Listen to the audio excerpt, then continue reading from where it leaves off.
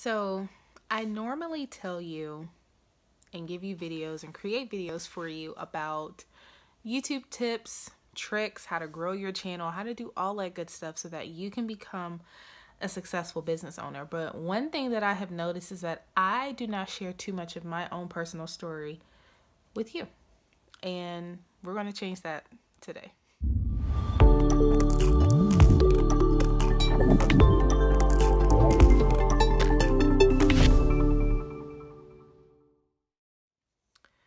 All right, so as you all know, my name is Symone Redmond, and I am an online video strategist, and I teach women how to grow their business with online video. But what I don't tell you is the things that I've been through and what has really hindered me sometimes from having the success that I know that I can have. I'm starting to see it now, but a lot of things have been hindering me that go on through my personal life. And I don't really talk about it because I don't feel that many people want to hear it. But I realized that it's time for me to start sharing my story with you. So this story is really about the time that I almost died. Yeah, I almost died about 3 years ago. And it was a scary feeling, knowing that I had to have emergency surgery to be able to live. And I don't really talk about this story too much because I try to forget it. I don't want a lot of people, I really didn't want a lot of people knowing about it, but I just feel that, you know, enough time has passed for me to go ahead and start talking about it. So, I want to say around, probably around the beginning of October of 2016, okay? Beginning of October 2016, I was 26 years old at the time, and I was working a job in Chattanooga, Tennessee, where I used to live, and I only lived there for a year, but I'm originally from Nashville. So I lived in Chattanooga for a year, and I was working at my job as a pharmacy tech, and I found out that I was having a lot of pain. And you know, I would be at my desk, I would be working, doing my job, and then all of a sudden this sharp pain would just come, and I would just be sitting there like hunched over my desk because I couldn't move. It was just so much pain, and it was mostly in like my area where my uterus is and fallopian tubes, and it would just hurt so bad. And so I was like, well, why am I hurting like this? Like there's no real reason. So I decided to go, you know, to the doctor, and I went to the hospital. Actually, first thing, I went to the hospital, and it was like, even from then it was just a blur. Okay. I went to the hospital, and I was telling them, I was like, yeah, you know, I am hurting. I'm in pain. I don't know why I'm hurting or why I'm in pain, but I'm hurting. And they said, okay, well, we'll, you know, make sure that you're not pregnant, because we just want to make sure, you know, they do that with most women patients. They make sure that women aren't pregnant first before they decide to diagnose, do whatever. So, of course, you know, I did the little pregnancy test, had my blood pressure taken, all of this stuff. So I get sent to a room, or to the waiting room. And next thing I know, like their wheelchair, they put me in a wheelchair, and they took me to ultrasound. Of course, I'm thinking, all right, well, y'all are looking to see what's going on, you know, see what's the cause of me hurting, stuff like that. And I remember laying down. She was doing the technician, or whatever she is. She was doing my ultrasound, and she said, oh, okay, well, she's like, is this your first pregnancy? I was like, what? I was like, yeah. I said, I've never been pregnant. She's like, you know, is this your first child? And I was like, what do you mean? I said, am I? She's like, oh, they didn't tell you? And she's like, yeah, you're pregnant. And I was like, whoa, whoa, whoa, whoa, whoa. I'm pregnant? And to me, to be honest, like I really wasn't excited about it, because even though I'm not saying that children aren't the best blessings in the world, but at that time I was not ready. I was not ready to be one, and I wanted to make sure that my life was set as possible before I had children. And most people say that you can't have your life set before having children. Well, you can if you choose to. So I was kind of mad that I was pregnant. I was very upset. And I didn't know what to do. So, you know, my mom knew about all this pain, everything like that. And I called her, you know, even though my boyfriend knew he was on his way to the hospital from work. But I called my mom and I was like, Mom, I'm pregnant. And she said, what? Are you sure? I said, that's what they told me. But the thing is that I didn't hear it from the doctor, heard it from a nurse, from a ultrasound technician. So it was kind of crazy. And, you know, I found out that I was pregnant. I never said anything to anybody. Nobody besides my mom, my boyfriend's mom, and the doctors knew. Nobody. I didn't tell a soul because I wanted to keep it secret because I didn't know what was going on. You know, I'm like, okay, well, if I'm pregnant, why am I in this much pain, right? And it just felt weird. Okay, it felt weird. And I was just like, I don't know what's going on. But as the months went on, October turned into November, and November 2016, I am in so much pain that I just had to. Like, I was just in pain. I was always in the hospital. And of course, you know, around this time on my Facebook page, I was posting that I was in pain. You know, I didn't really say what was going on, but I was posting that I was in pain. I was like, I'm at this hospital. I'm at this hospital. All these different hospitals in Chattanooga that I'm going to. And nobody can find the root cause as to why I'm having so much pain, even though I'm pregnant. So they didn't know what was going on. And it was kind of a scary feeling because you want to make sure that you are taken care of, and you put your hands and your lives into doctors and nurses to make sure that they know what's going on with you. You know, you sit there and be like, okay, well, why do you not know? You know, you're the doctor, you're the nurse. Y'all should figure out something. Nobody could figure out anything. Nothing. It was unbelievable. So, of course, you know, I'm just kind of sitting there. I'm like confused. I didn't know what to do. I didn't know what was going on. But I knew that, okay, well, if I have this baby inside of me, we need to figure out a solution as to why I'm hurting so much, right? So, of course, you know, the entire month of November was just back and forth. And so, of course, the doctor told me, it was around Thanksgiving time, 2016, and the doctor told me that they wanted me to stay in Chattanooga. Now, I'm originally from Nashville, Tennessee, so Chattanooga and Nashville, they're like 2 hours away, 2 hours apart from each other. But my thing is that I think the world of my family, and family is important to me. So I said, I told him, I was like, okay, that's cool. I'll stay in Chattanooga for Thanksgiving. No. I am one of those type of people, like, if my heart is set on it, I'm going to do it. So I took a drive to Nashville. I sure did. I took a drive to Nashville for 2 hours, and I went home. I went home. And to me, like, even though I was maybe about, at that time, maybe about 4 weeks pregnant, I'm still doing things that I wasn't supposed to do. Like, I'm over here carrying cases of water and doing all this other stuff. And, my mom was like, no, don't worry. I got it. I was like, Mom, I need to help you. So I helped her out, and I wasn't hurting or anything. I wasn't like in pain. I was just kind of like, okay, I don't know what's going on, Mom, but I'm here. Okay. I'm just here, enjoying Thanksgiving, going to go see some of my family, whatever. And, it cut my trip short.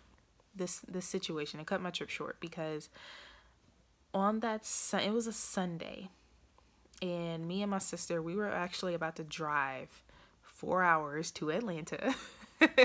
4 hours to Atlanta to go see my aunt at her house. She was cooking, whatever. And we were about to go and then drive back. And I was going to go home to Chattanooga the next day. So I found out, I went to the restroom. I found out that I was bleeding. Okay, now if you are pregnant, if you are a woman, bleeding while you're pregnant is not normal. Okay.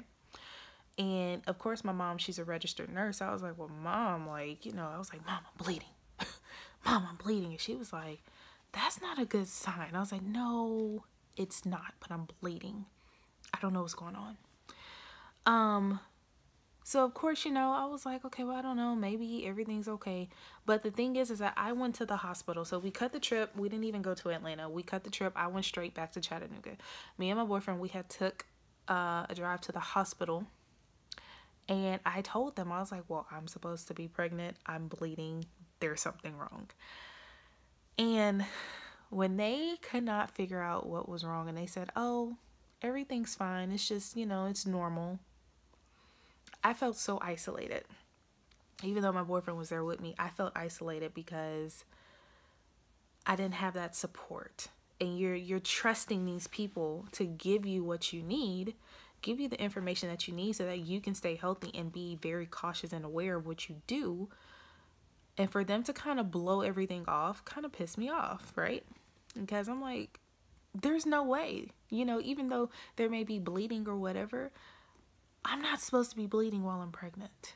Okay? Like, I was trying to tell them that, and the doctors and nurses were not trying to listen. It was kind of like their word against mine because they're more educated. They know what's going on. They've seen these type of situations before. But in my spirit, I was like, no, this is not right. This isn't right, right? It's not right. And so I went home. I was in the car, and I remember crying because I was like, something is wrong. Something is wrong. The doctors aren't listening to me. So of course I didn't really have like I had a gynecologist. She was actually a nurse practitioner, but of course, some nurse practitioners can't prescribe you birth control, all that good stuff. So I called, I went ahead and called the gynecologist's office the next day, and they were like, yeah, you need to see a doctor, not the nurse practitioner. This is something serious.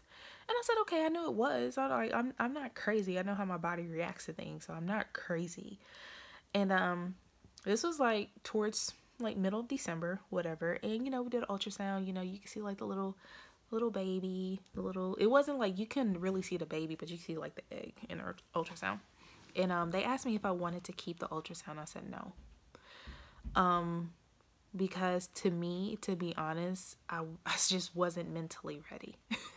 I wasn't mentally ready to look at it. I saw it on the screen. I was like, that's all I need. It's in my mind. That's all I need. So, and so of course, I still kept having pains. And the gynecologist really couldn't figure out what was going on. So I went back to work like everything was fine. And, it was just so bad. The pain was just so bad. I was like, I have to come in. And they did an ultrasound, and they found that the little egg that's on my ultrasound was kind of bent. Like, it looked odd shaped. It wasn't round, because most times, like, when it's a full growing developing baby, it's going to be round, it's going to get bigger, turn into a human. Mine was like crumple shaped. And I told the nurse, because she was doing my ultrasound for me, I told the nurse, I said that looks kind of like a deflated ball in my stomach. And she's like, yeah, but we'll compare the pictures from the last time you had your ultrasound to now. We'll just kind of see. I said, okay, but I said, I really feel like this is not going to be a good situation. And so I went home. I went home, and I had to, all this time, I'm still working a job, trying to work a job, okay? And so I called my boss the next morning, and I said, well, I'm in so much pain, the doctor doesn't even want me to come into work because they're kind of concerned. So, in the best way possible, my boss said that, well, and on top of that, it was a temporary position that could turn into a full-time position. So, best way, my boss said that we're going to have to fire you, but you can still get your job back if you want to. Cool. So all this time I had no job, and I was going through pain that nobody could go through. Like, nobody could understand what was going on. The pain was really truly unbearable. So if you can just think of the type of pain that somebody is just like stabbing your stomach. Somebody just stabbed your stomach with a butcher knife. And it's just like stabbing, and you're just sitting there like, oh my God, like I'm in pain, right? So I was like, okay, well that's cool, I'll just I said, y'all will just send me my stuff to the temporary agency and I'll just come and pick it up. It was unbelievable. But, you know, during that time, I was just like, damn, I just lost my job. I just lost, you know, like, the doctors don't know what's going on with me. I don't know. And this was at a time where I was really trying to, like, build my business too. So, you know, of course, you know, I do videos. And for me to be like this online video strategist, I need to do videos. But I was not in a perfect position to do videos because I was always hurting. Always hurting. And I was just like, I can't do this. You know, like, I don't see how people can do this when they're, like, really sick. And I try to push myself to keep going for things, even when I'm not feeling good, when I'm not doing my best. But I still try to push. And I still try to push and do my business. And my boyfriend was like, you just need to chill out. And I'm like, I can't chill out. What is chilling out? What does that mean, right? I was like, I can't chill out when it's my business right now. And, of course, when you're not really making money or making income and you're trying to increase your visibility, you can't chill out, okay? You can't chill out. I get a call the next day. The doctor tells me that he wants me to come into the office. I said, okay, you know. He said that the picture from my previous ultrasound versus the one that I did, you know, a couple of days ago, that it didn't look good. I said, okay, well, that's what I thought. And so I went in and went to the doctor's office, and he said, well, here's the thing. He was like, it doesn't look like the baby's going to develop to full term. I said, okay, I understand that. He's like, because it just looks really crumpled and it doesn't look like it's going to develop. And so you have two options. You can either wait for the baby to come out naturally, or you can have surgery. And he said, but seeing is that we don't want to wait. You need to have surgery tomorrow. I was like, surgery? He's like, yes, we need to have this surgically removed tomorrow. And I just kind of sat there and I was just like, like, I've never had surgery ever in my life. You know, like, even when I was younger, like in high school, and I'd be like, man, like, these people having surgeries and they this young, like, what's really going on? And I was like, I really wish that that's not me. I hope that's not me. Guess who had surgery at the age of 26? Yeah, it was scary. And the reason why is that if I did try to let this baby come out naturally, I would have died. I would have died if I just let it sit there and try to come out naturally, like the doctor said I could do. But, you know, since the baby becomes, you know, it becomes like calcified or something and you become septic. And that's why I had to have an emergency surgery, because if I didn't, eventually I was going to die. I was going to lose my life because there's a baby that's not developing in my stomach and I need to get it out.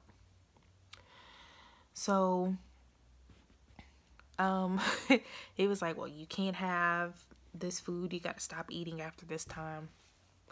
So my last dinner, I remember it was a hibachi place on Gun Barrel Road, right across the lot from Target. So like Target is behind and there's a hibachi place right there.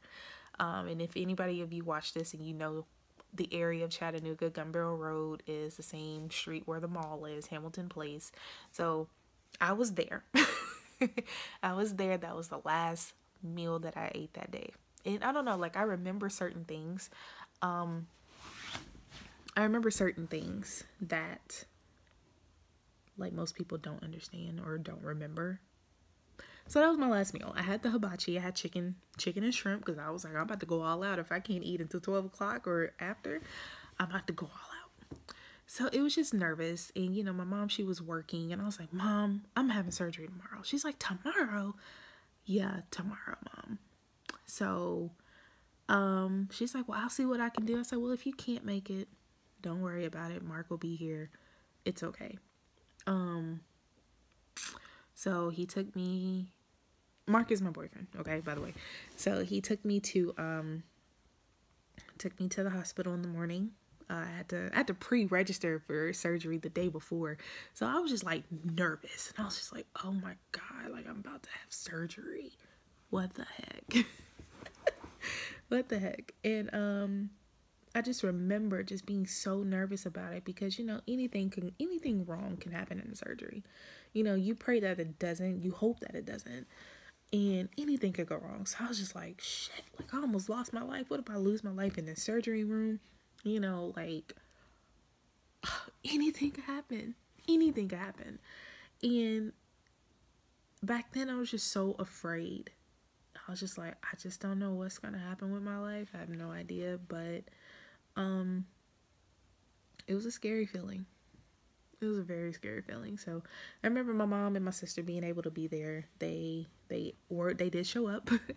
And I remember being in the room before like surgery. So I'm like, got the little bonnet, got my gown on, and they gave me Versed. And of course, you know, with me being a pharmacy technician, it's midazolam. It's a controlled substance. And I remember the little technician, she gave it to me. Boy, midazolam can... I was sitting there and I was in the bed and I was just like, whoa. Like, you know, I'm just like out of it. I don't really take controlled substances like that or, you know, narcotic pills or anything like that for pain. I'm an ibuprofen type of person. So ibuprofen is everything to me. I don't like hydrocodone or nothing like that. And they was like, yeah, you know, and I remember trying to open the door for the surgery people. They're like, oh no, that's okay, we got this for you. Next thing I know, they put the mask on me to like the anesthesia help me sleep. And of course, before, you know, the anesthesiologist came in the room and kind of talked to me about it. She talked to me about it, you know, the risk that could happen, you know, how much anesthesia they're gonna give you. I had to sign a sheet. I was just so afraid. I was like, oh my God, like you're telling me all this shit that could happen. And I was like, no. I just don't want to do this. But I didn't have a choice. So I went into surgery and, you know, remember waking up and I was like, okay, I'm just in a lot of pain, but I'm alive.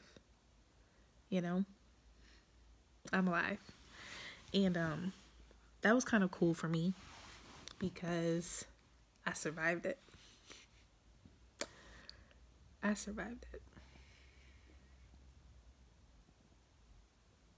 But yeah, I survived it. And it's crazy because you can feel isolated. You definitely can feel isolated, especially when you find out that the people that you trust don't really have a solution for you. They don't really have a solution for you. You feel isolated. You feel stuck. And you're just like, what the heck? Right? What the heck? Yeah, didn't want to make this video too long. But of course, you know, telling your story, it gets long, right? But yeah, I made it out alive. I was in pain, but I was there. And it's just kind of like, wow, like you really go through this whole experience for like 2 months, 2.5 months, almost 3. And you have to have surgery to save your life. That's a big deal. And, you know, ever since then, I kind of look at life differently. Because before then, I would be like, you know, whatever. Ain't nothing gonna happen to me. I'm good. And now it's kind of like, okay, I kind of look at life differently. I look at situations differently and think, okay, this could happen to me. What is the possibilities of this happening to me? But what is my other plan? What's my other option? So I won't say I'm cautious about life, but I look at life so much differently than what I used to when I was 26. After that surgery, it just changed everything for me. And so, you know, after that surgery, I decided, you know what? I think I'm about to move to Atlanta. Let's just start fresh. And so, you know, my boyfriend and I, we still go to Chattanooga periodically, you know, and Chattanooga is 2 hours away from Atlanta. So we still go to Chattanooga periodically. And every time I pass the hospital or I pass the gynecologist's office, I just kind of think of what happened. but I try to put it back in the back of my head, but I'm grateful that I'm alive, and it lets me know, like, hey, you can't take life for granted. And so I think of that, but then I put it in the back of my head, and we just keep on pushing and think positive thoughts all the time. All the time. So I hope that you enjoyed this long video, but I just really wanted to share my story with you all because it's something that I feel that many people can relate to, whether you're a woman or a man who has had a wife or some sister or your mom or anybody has been through some type of situation where they had to have surgery to save their life. And it's kind of like, oh snap, like there's a possibility that they might not make it. So ever since then, I've always looked at life differently. I really have. So, and I really want you to start looking at life differently too. Just look at it from a standpoint of, okay, I probably won't be here tomorrow. So what is my last, what am I going to do to make this day the best day ever? And that's something that I have thought about every single day.